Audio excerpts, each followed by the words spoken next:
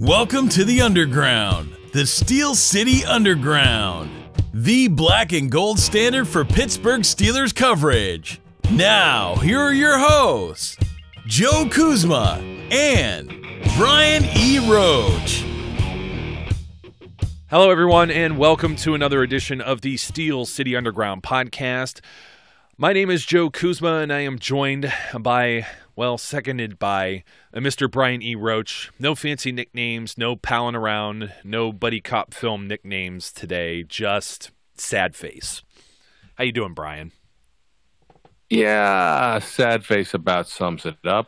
I have a leak in my roof where the rain gets in. Yeah, I was up real late the other night. You know, there was my wife had a small get together, and I didn't know she was. You know, there were people that were like crashing on the couch and stuff. So I ended up being up real late, and I was real tired. And then my cousin had a 30th birthday party, and it destroyed my whole scheduling to where I ended up having to rush and cut the grass, and it was really thick, and it just drove me crazy. Oh, wait a minute, there was something Steelers related. Oh, that's right. It was his 30th birthday party, so we had a Steelers cake made out of cupcakes for him. It was like really awesome, really cool looking. I mean, it was like, wow, this. If you wouldn't have known any better, you would have thought, wow, this guy, he must really love the Steelers. They must do all these awesome things for him to have a Steelers birthday cake. Sure. Yeah. I'll buy that. Oh, there was a football game too. I mean, I guess a semblance of what should have been a football game. Folks, we know we're yanking your chain a little bit. I know some people were already not trolling me, but probably being kind of inquisitive to some of the tweets from my personal account. It was kind of funny. They were like, I can't wait to hear what you got to say on the podcast. Because normally myself and you too, Brian, we see the glass half full. We try to see the positive of things. And for probably a period from, I say about 1:05 p.m. Eastern time through at least like maybe 2:20, 2:30-ish or so, maybe not even that late, but about an hour or so of just pure anger and hatred and vitriol against something that I should love so near and dear, but I still have a passion for. And this is going to be a tough one because there are some things that make you forget about other things, but just coming right out of the gate, the Pittsburgh Steelers sucked for at least the first quarter, if not more. And if you really want to know, if you want to put an exclamation point on how this game went, all you need to know is that the only sack they had in the game was from Dan McCullers. Yeah, I tweeted out somewhere mid first quarter, that my grandmother used to tell me all the time, if you can't say something nice, don't say anything at all. And I tweeted that out, and I said, I may not be able to comment on this game any further. Now, as you said, we try at times to see things as the glass half full. I can tell you, I'm glad we're not 0-2, yes. But that's maybe the best thing I can say today or at this point in time. Yes, I had a friend ask me before the game was over, and he's not a Steelers fan, but he goes, 1-1, is it time to panic yet? I said, no, 0-2 would be panic. I said, 2-1 will be panic. And before we even get to that already looks like doom and gloom the way the Buccaneers have been playing with, like, I don't know, they found some guy and then named him after a football player that was named Ryan Fitzpatrick, I guess, to put him under the same contract. But that'll be over a week away. I tell you what, I don't know. I'm not even sure where to begin. Let's look up and down. Okay, go ahead. Let me tell you this stat. Just this stat. All right. In 13 plays, the Chiefs' first 13 plays, they had 21 points in 13 plays. Not good. I mean, the Steelers get the ball, which I always hate to start. And pretty much 3 and out. Ben still looks out of sync.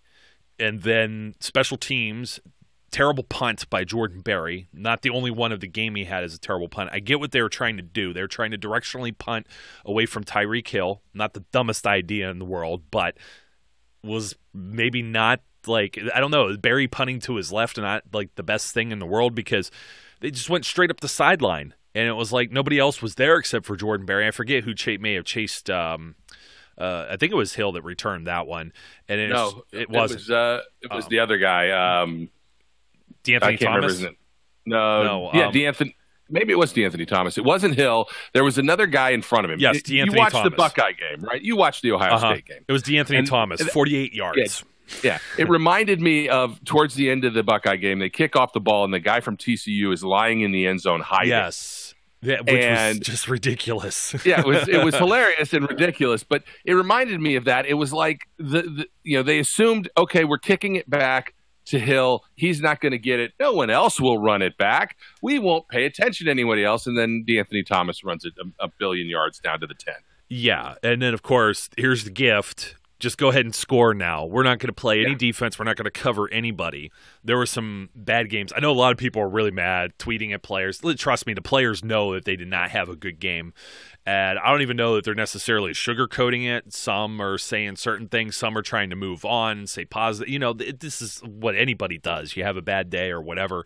You want to put it behind you. But we're not putting it behind yet because we need to give some thoughts on this. One thing I tweeted out was the Steelers offense, first 3 possessions, just like three and out, like absolutely nothing working, or like 6 and out at best. Yep. If I go back and look at it, I tweeted out #Fire Haley. Am I right? With the eye rolling emoji, because this looked like a Todd Haley offense. This was, let's not establish the run. Forget that when Le'Veon Bell was in there the last 3 or even 4 games, he's averaging over 150 yards rushing or something obscene, whatever the figure was we had in the preview, myself and Zach. And we talked about over-under in a game potentially being a shootout, which it was. And we said, hey, better take the over in this one. What we should have said, and I had the gut feeling as soon as the game started and it was 7-0, I'm like, man, first team to 40 is going to be the victor here. And that was actually correct. I should have tweeted that out. I would have looked like a genius for the wrong reasons.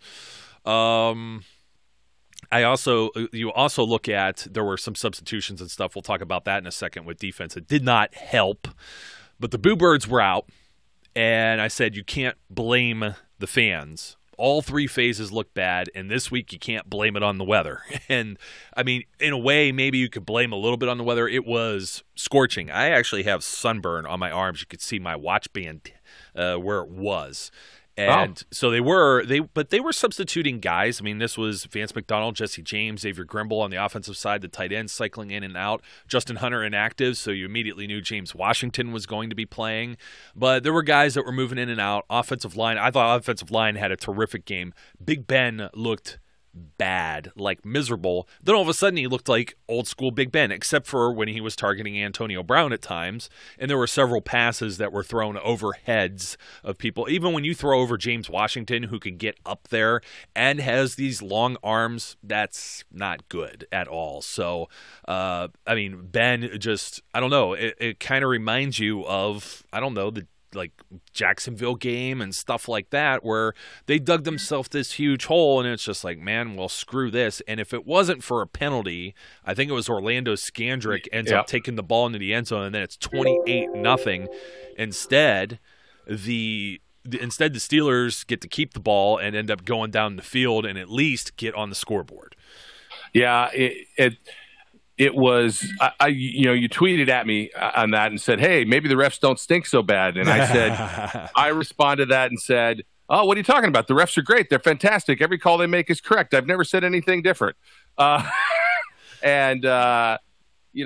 it was a gift. That was a gift from the referees. They got another one later in the game that I can't remember off the top of my head. That was also a gift from the referees. Big Ben, line of scrimmage. Oh, yeah, line of scrimmage. That's the one. That's a gift. Yes, I didn't get to see it on a replay, and they sure as hell didn't show it in the stadium.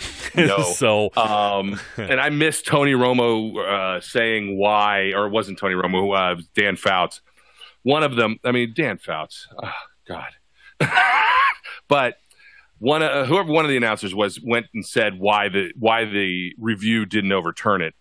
My thought was, well, you can't call a penalty on a review, can you? And I don't know if I'm right or not. I can't remember that rule. I'm going to have to look it up. But I mean, if they didn't throw the flag, I don't think they can call down and go, oh, by the way, you guys screwed up and didn't throw a flag. So I feel like that without the flag, it just stands. But it was a gift because he was definitely beyond the line of scrimmage when he threw that ball. Not by much, but he was beyond it. Look, the first quarter of this game was an absolute nightmare.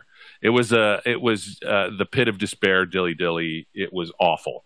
And you're right. From that point, every phase of the team was in letdown mode. The special teams stunk. The offense stunk. The defense stunk. They all stunk. And one of those three groups got better as the game wore on. The rest of them stayed stinky.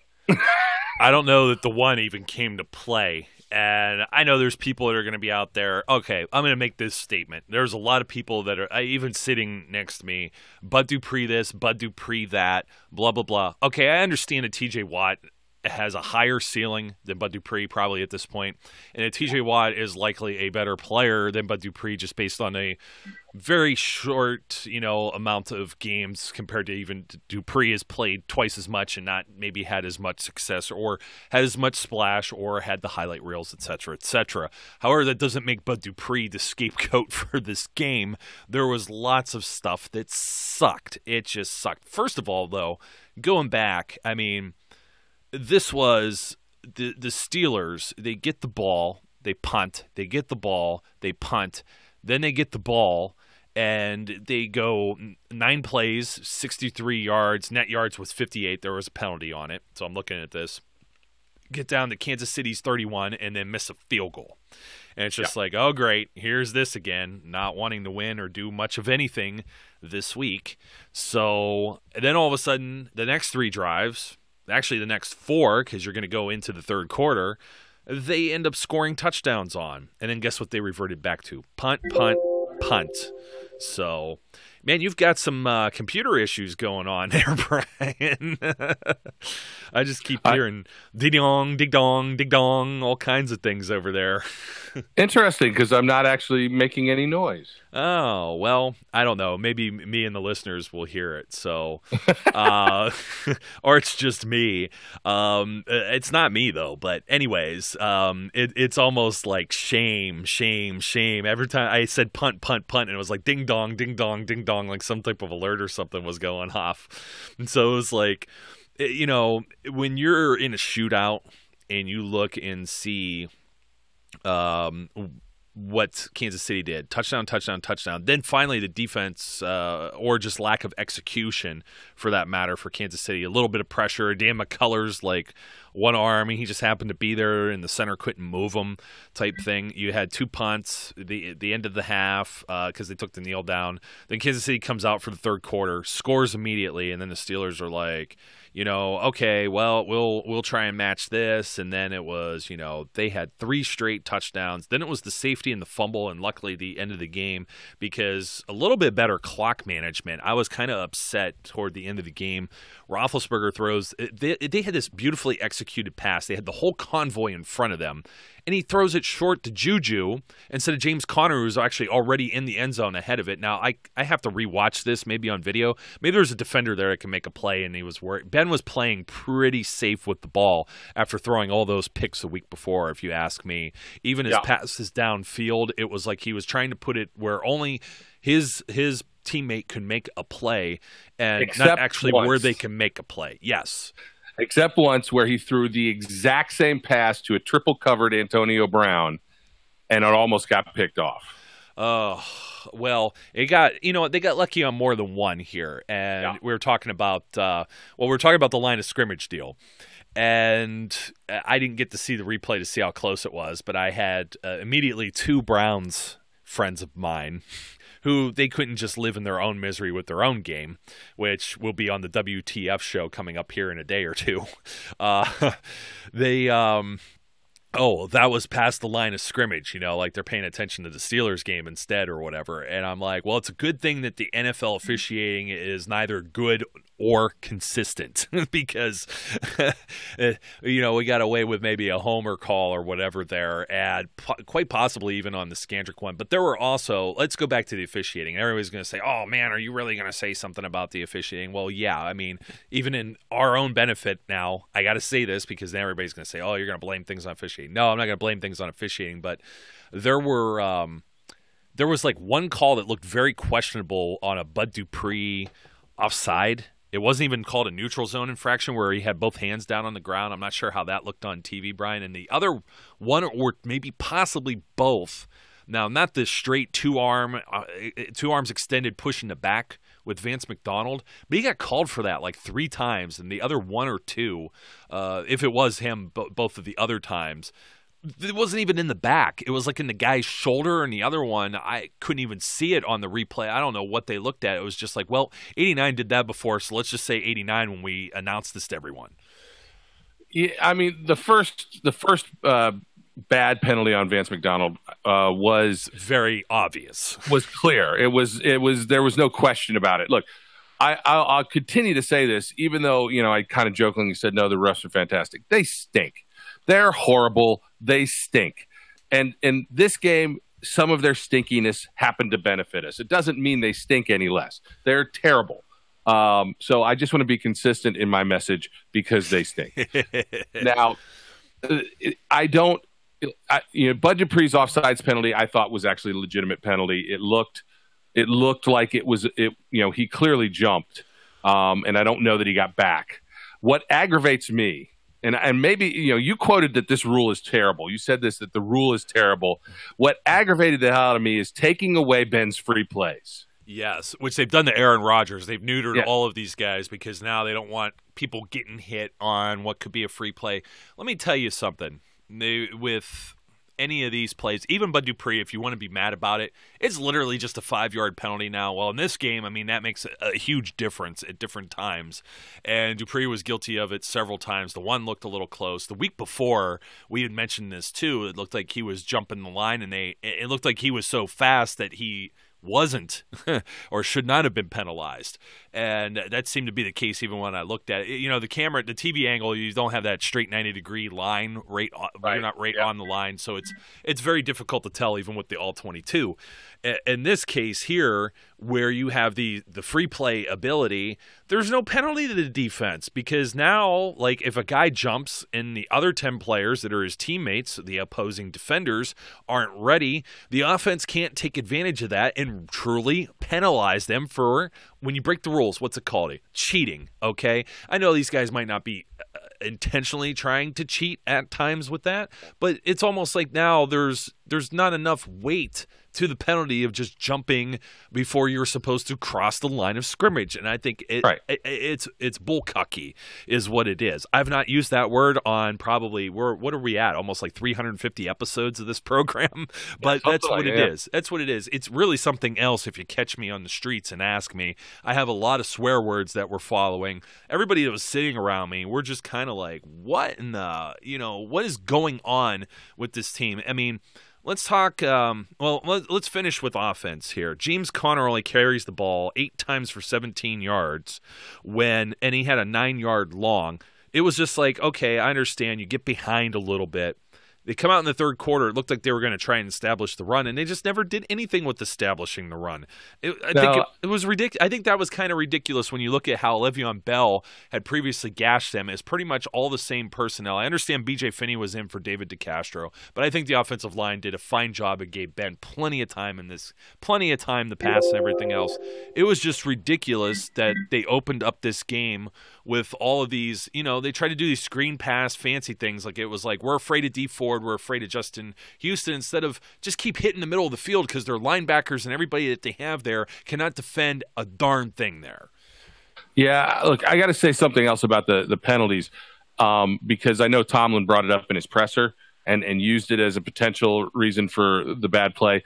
I would feel like the penalties hurt them if, in fact, they covered anyone the entire game. If in fact somebody was like, oh yeah, if it wasn't for the penalties, man, we were blanketing them.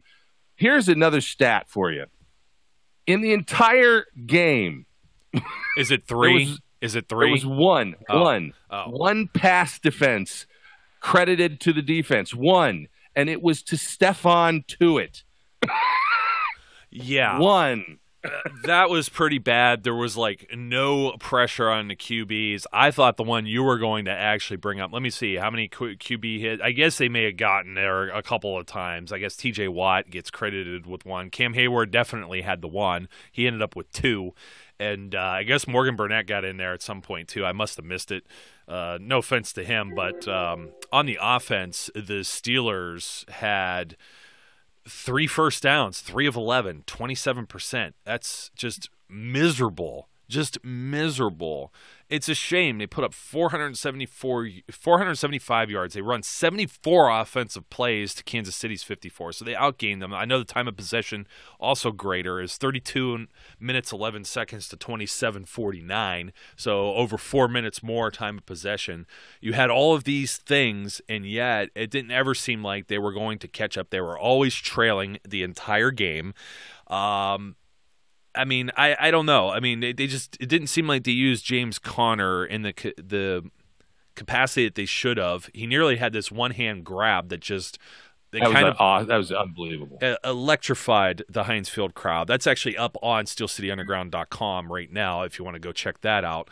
They played this really strange type of formation where they brought Ryan Switzer into the backfield, and then they are splitting him out and actually running some 4 wide and had McDonald and or Jesse James in an up-tempo to end the half. And that was like a pretty – or near the end of the half, I should say. That was very exciting, and we saw what Switzer could do too. But going back to that, when he threw it to Juju, like I said, man, I mean, they had James Conner in front of him. They had the convoy. Conner, like, just 8 carries, 17 yards. I mean, it just they never really got a rhythm going with them, and I think that hurt them. You see the games they always lose. Like, you go back to like that one Philadelphia loss, or what was the bad one last year? The Chicago Bears. The same narrative, basically. Well, here's the thing: if Ben's going to throw the ball 60 times, which is what he did, you're not going to run the ball. And I get it. Look.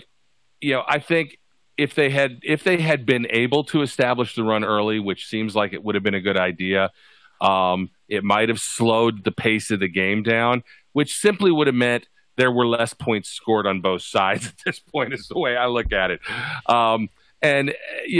Once they got into the second half, they knew they were going to be. They knew we're not stopping these guys. It's that kind of a game. We don't have an answer for these receivers. We don't have an answer for the offense that they're running. We're not going to stop them. There's no point in running the ball. You've got to try and stay in the race, because that's what you're in. You're in a horse race. And they just, they were not able to do that. I thought they utilized Conner okay in the receiving aspect. I think he had 5 catches out of 5 targets. But he was not in the game a lot. I mean, he was not even split out. And I think he also got dinged up at one point. May have. Ridley was out there. Ridley was out there for a while. Could have also been the heat, like I was talking about, too. It could have been cramps. Yeah, I mean, it could have been cramps for Conner. I don't know. I was surprised that considering the game he had against Cleveland, which is a better defense than Kansas City's defense, considering the game he had and the rushes he was able to do, I was surprised they did not come out. I mean, yes, I get it. They're stacking the box. They know what he did last week. They're going to try and take that away, but make them try and take it away. Make them show that they can take it away. I'm not 100% certain which convoy play you're talking about. I know that there was that stupid shovel pass that was at the end of the game to Juju that got blown up completely. Yes, that was it. And it wasted almost like a full minute and blew the opportunity to stop the clock with the 2-minute warning, which would have conserved a lot of time, and ended up. It was like nearly almost a minute. I want to say that they ran. I was aggravated as heck with that call, simply because of that's one too many times to the well. Yeah. You can run that shovel pass maybe once or twice a game. And you're better off if it works the first time, don't run it again, because they knew that was coming. They were on that exactly flies what it on is, whatever flies on poo poo.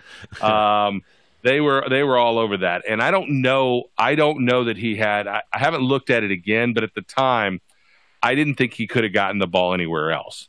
And it's fine. I mean, they scored again, but of course they scored on the next play on, what was it, 4th down, and Ben has to run it in to get the score. Yeah. And you're right. I mean, that killed them because, they ticked away enough time that the 2-minute warning lapsed. So that's an extra timeout they essentially lose, which could have made a difference. Probably not, but could have. It's another game. I don't know how in the heck they managed to be only losing by 5 points. It feels like that game felt like they lost by 70. Would it have been better? Eric Herman tweeted this out and asked it. He said, would it have been better if it was like a blowout by 40 points? I don't know. It seemed like at least they had some fight in them. At least offensively, it looks like they cleaned it up for the most part, but their game plan, it got scrapped. Now, let me ask this, Brian. Do you recall like any moment in this game where they actually ran a play action pass? I feel like they did. Maybe. Like once, twice. I mean, it's like they threw the playbook out and it was like, this game starts with Ben going downfield to James Washington. Okay, my elbow's okay. Hey, we got the rookie out there. But it was like horribly like thrown, and it wasn't anywhere where Washington could have got it. Then he throws a ball to Antonio Brown. It was like this little bubble screen garbage, and it gets blown up for the loss of 2 yards, and then there was a declined penalty on that for a block above the waist too. Then there was like this little this pass incomplete to Vance McDonald. They punt. Then it comes up again. The next drive, Connor runs for -3. Let's abandon that. Here's a little pass to Connor for no gain. Ben fumbles the football, fumbles the snap, picks it up. For some reason, I think he thinks he has there's a penalty or there's somebody that's like offside or something, that no flag's thrown, and he just kind of like tosses the ball downfield like just casually. It doesn't go anywhere to anybody that could have made it. It was intended for Antonio Brown, and then they punt again, and he absolutely thought he had a free play there. Yeah, and it was bad, and you go back and they actually had like a halfway decent drive, but it starts with, this is the one with the Boswell missed field goal, which we were talking about this. It would have been like about a 2-point game difference. Maybe they go for 2, or at least within the realm of kicking a field goal at the end of the game with decent clock management if Boswell makes his field goal attempt, and then also a point after. But that was kind of compensated for in all this if you with the 2-point conversion that they did convert. But Connor runs the football, and then it's pass,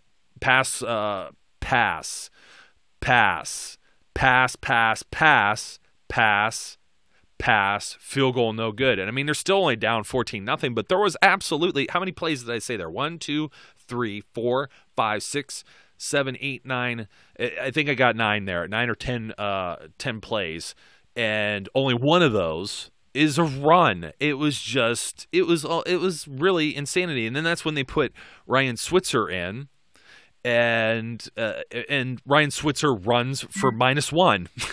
So let's go back to pass. Then, let's get sacked.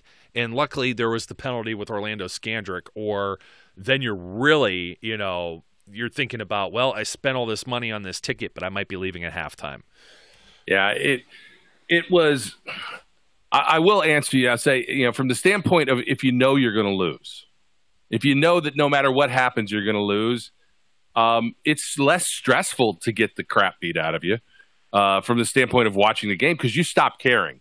If it's 45-0, you're just going, all right, see how much more you can get. What the hell?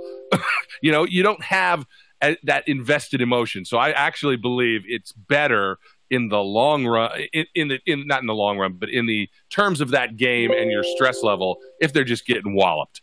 On the other hand, when it's a game like this, where they tease you with hope, they come back, they tie a game up that nobody can imagine that they're going to tie when they're down 21-0. So that at halftime, it's a tie game, and it looks like, hey, maybe this is going to amount to something. Maybe the defense is going to come around. And then, the Kansas City drives the first drive in what seems like about 37 seconds straight down the field. And every receiver is still blatantly wide open and nobody's covering anyone. So there's, from that standpoint, I'd almost, I think you want them to have the diversity. You want them to grow from this. You want them to learn from this, especially some of the young guys like Connor and Washington. and even Juju, that they can fight back and try and get into it. So I guess that's a positive. I don't know. There's very little to take positive out of this. No, there's nothing else. There's nothing else other than what we've already said. I want to say, because we're gonna really probably lambaste the defense here in a second. That third quarter that opened up. There is one other thing I got to say about the offense. What? Dan McCullers is a grown ass man. No, that's a defense. Oh, I'm sorry. Yeah, you're right. I said there's one more thing I got to say about the offense before we start beating the heck out of the defense. What's going on with Antonio Brown? You know what? I don't get it. I get, look, we had the water cooler incident and the nonsense and all that, and I'm sure it'll get ironed out. And I don't know whether he's doing a diva play, but he was in Randy Fitchner's face a lot in this game. A lot. And he had a noticeable limp at times. I don't know if he's 100%. And look, I get it. He wants the ball. He's got a name for himself. He's trying to keep his, all these various streaks that he has alive. And he wants to lead the league in receptions, and he's not getting the ball nearly as much. I think, what did he have? He had 17 targets though, but he only had 9 catches. Well, you know what? Juju had 19, but for 13 catches. And Jesse James had a hell of a game. 5 targets, 5 catches, 138 yards. But Antonio, if you're not going to be open, look, it's the way it is. If there's 3 guys on you throughout the entire game, and we can't see that on the TV feed, so I have no idea what kind of coverages there were. But if that's the way he's being covered, then Ben's going to go elsewhere, and that's just the way it has to be. There was a lot of that, double coverage and whatever, and that's why guys like Juju and Jesse James are the beneficiaries. Just to go back on that third quarter, that was the Chiefs' deal when everyone's still, in the bathrooms and at the concession stands. No noise, nothing at all, and they just come out and strike 5 plays, 75 yards, 2 minutes, 18 seconds. And that was literally the first play, 36 yards with Tyreek Hill. People missing tackles and just about every darn thing you could think of. I was kind of joking. I was going to say Dan McCullers was a grown-ass man. We had one really solid play with Cam Hayward. There was a safety, I think, that was somewhat positive. You had all kind of guys get in on that. Artie Burns filled the gap there real nicely. Yep. Best thing he did all day. Artie was mixed. You know what? I don't want to say that my beef lies alone with Artie Burns, because you had Cam Sutton went out there and totally crapped the bed, had to be replaced by Cody Sensabaugh, who is not a replacement whatsoever either, not making things any better. Morgan Burnett coming off the field at times for Terrell Edmonds. Speaking of Antonio Brown coming off the field, you had I have my binoculars, and I'm over on the Steelers sideline. So I'm sitting up in the stands in the one corner there. And I go and I look down, and I could tell he took his helmet off. And I thought I saw that kind of limp that you talked about too, but there was, is it Daryl Drake is his name? The receivers coach was the one that was talking to him. And yeah, I could tell that there was definitely something that wasn't sitting well with him. I want to say it's when they brought that ridiculous jumbo package out that I'm like, oh geez, what is this going to be? And it's like, well, it's a pass to Rosie Nix, which was really cool in a way, but it was just like, oh man, this looks not good right away. And it was maybe like the only snap Okorafor played the entire game. This game just had no identity of what the Steelers' offense could be, or has been. The defense had zero identity whatsoever. These guys, all right. I just said Sean Davis had a great game last week. Pro Football Focus should be giving some of these guys practically zeros. I didn't see anything redeeming from him.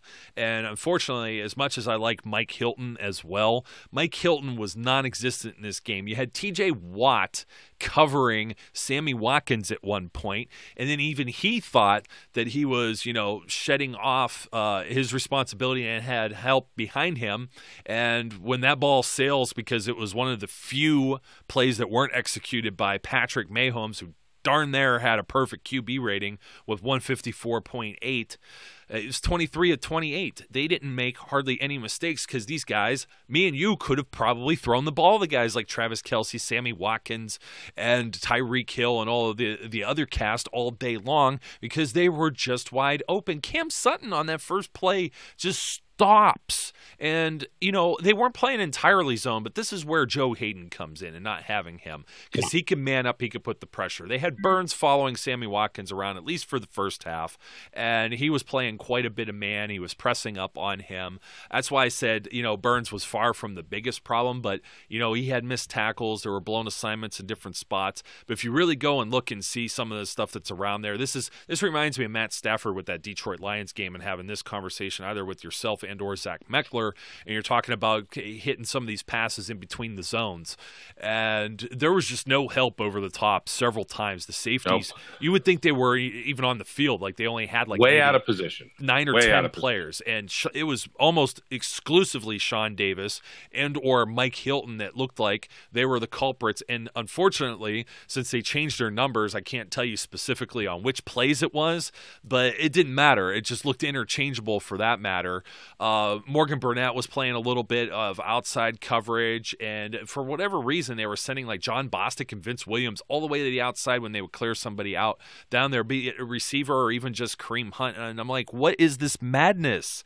This does not look like Steelers defense. It really looked like I'm tired or I don't know where I'm supposed to, or hey, I ran to my spot, you turn around, you wave at the crowd or whatever, and the other guys are just running by you. There was plenty of missed tackle. A lot of these big plays where there was one or two missed tackles in a series, and they were huge. They were just chewing up yards for big gains. And then Travis Kelce just wide open in several different situations there. It was so frustrating to watch. It was practically nauseating, I should say. But you've got a second-year player in Patrick Mahomes, who, everybody thinks good things about. That's great. But, you want to put this court, you want to make him throw the ball under, not just under duress from pressure, but into difficult situations. That never occurred even when I look at that, and Stephon Tuitt's the only guy credited with a pass defense, that's because I don't believe there was a single pass contested in the entire game.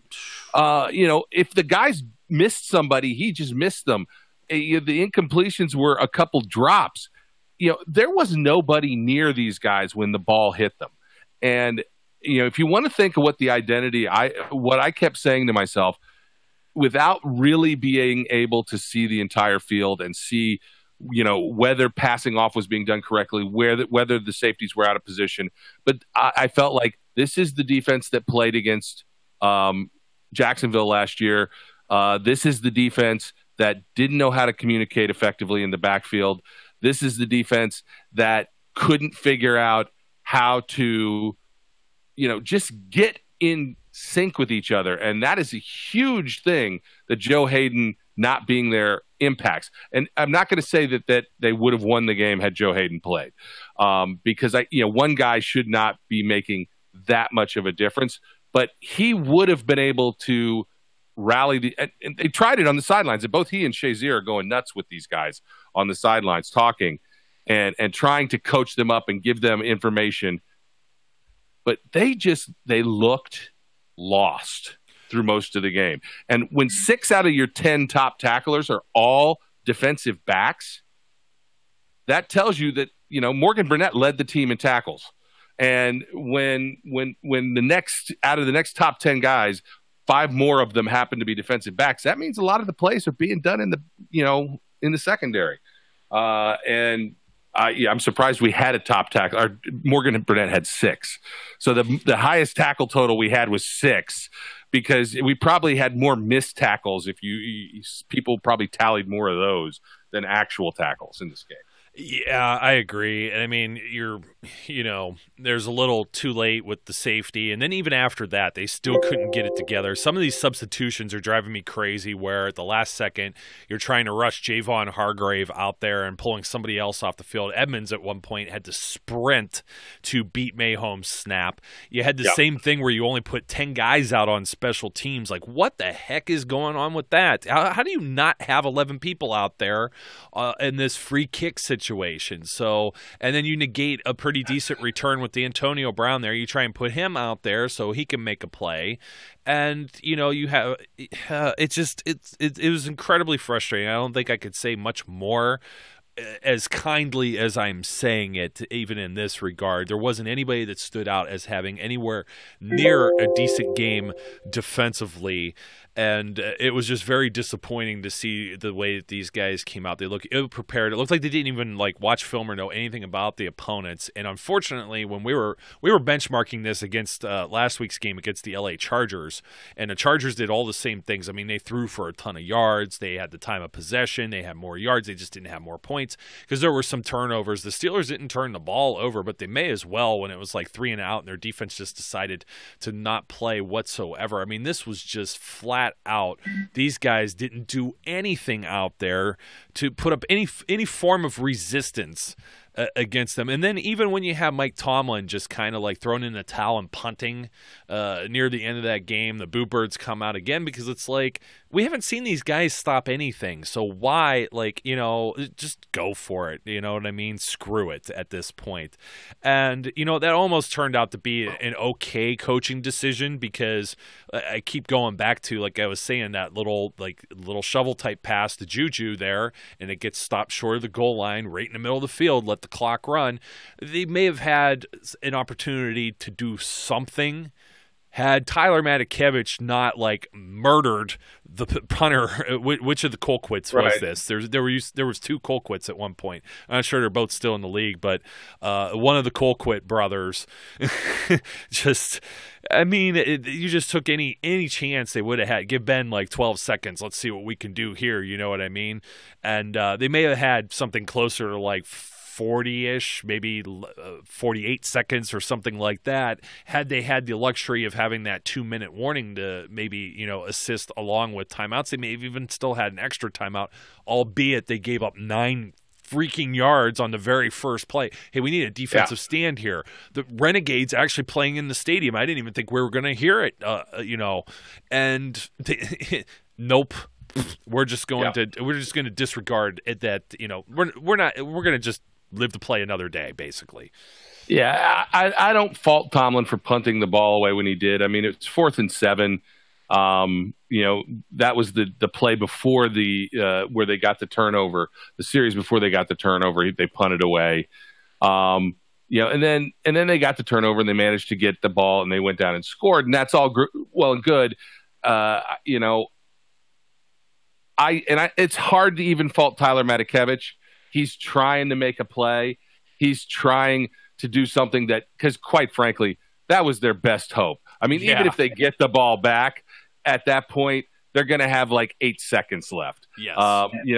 It's the Hail Mary and that's about it. So, if Matakevich gets to that ball and blocks it, who knows? He's done it. Yeah, it's not like it's never happened. Unfortunately, didn't happen. They get called for roughing, and the game's just over at that point. But I can't fault that. Look, there's enough fault to go around, and to me, the thing that concerns me the most about this is you've got receivers that are big and fast in this group. They're going to go to Tampa next Monday night, where their receivers are big and fast. Yes, and you got a quarterback that's absolutely on fire. He looks like Connor. 2 weeks in a row with 400 yards. Yeah, he looks like Conor McGregor in his post-game press conference with a bunch of gold chains, these aviator glasses. I'm like, who the heck is this guy? He's got some swagger now. He's thinking he's living the Nick Foles life from last year, and he very well may be, because you know what? They gave him some incentive and said, just because Jameis is suspended doesn't mean he's going to come back and win this job. Apparently they see something with Ryan Fitzpatrick that no one has ever seen before on any of the half dozen teams he's played for.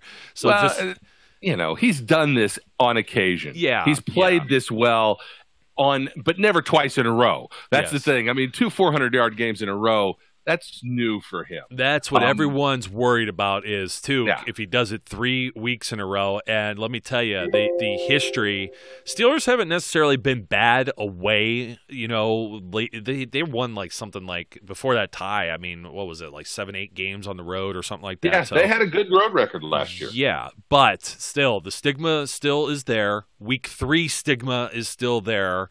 Playing in prime time and playing in Florida. Every time they go to Florida, they go to Miami, blah. They played in Jacksonville like a few years ago. They were down there, and that was another game. They just eked that one out, I think, on a pick 6. It's just they usually play miserable early in the season when they have to play in Florida with these Florida teams. So a lot of people are already looking at this like, man, you know what? They already blew this one pretty bad. Buccaneers are looking pretty good already. They just beat the defending world champions. I think there's a lot of worry and a lot of concern. They got an extra day to hopefully sort this stuff out. Yeah, and Mike Tomlin referenced that. Thank goodness we have an extra day. I don't know that that's enough time. Yeah, we're gonna see. I mean, and a lot of people are already saying, "Hey, this looks like last year. You were supposed to have the dime and dollar type stuff. We're not seeing any type of progress or anywhere where this Michael Thomas has been inserted. At one time, they had all 3 outside linebackers on the field. I mean, they were just throwing darts at a board, and there was just nothing that was sticking. They were not hitting bullseyes. They weren't even landing on the board. They're like when you get the holes in the wall where your dart board is. That's what the defensive play calling and everything looked like, and their effort. And I don't know, man. It's really tough to remain upbeat and positive and come back around and say, you know what, week 3 they clean this up. You just take this as a mulligan or whatever. At least if the offense can generate things, but if they keep stumbling like that, like they did here against Kansas City, I don't want to say in for a long season. It's still early. There's still a lot of football to be played. And as we started the program off with, we said, thank God it's not 0-2. It's 0-1-1. So it's wacky. It's goofy. Somebody else just did it with the Packers and Vikings. So it's not a loss. It's not a win. Just be happy with that, at least. That may play into their benefit later on. Hey, you know what? If you want solace, the Patriots lost. Yay, there's one thing. But the Jaguars are 2-0. So, But you know what? You still get those matchups later in the year with both of those teams. You could write your own story. But we'll hope to see if it has a happy ending. Brian, thanks for joining me, man. Absolutely. It's always nice to talk, even when it's, this. Not nice to talk because we took a few hours and made sure we vented first. So, yes, absolutely. And also let the alcohol wear off in my case. So till next time, my name's Joe. His name's Brian. Be safe, be good. We'll catch you later. We would like to thank you for listening and remind our listeners to follow us on social media and our website, www.steelcityunderground.com.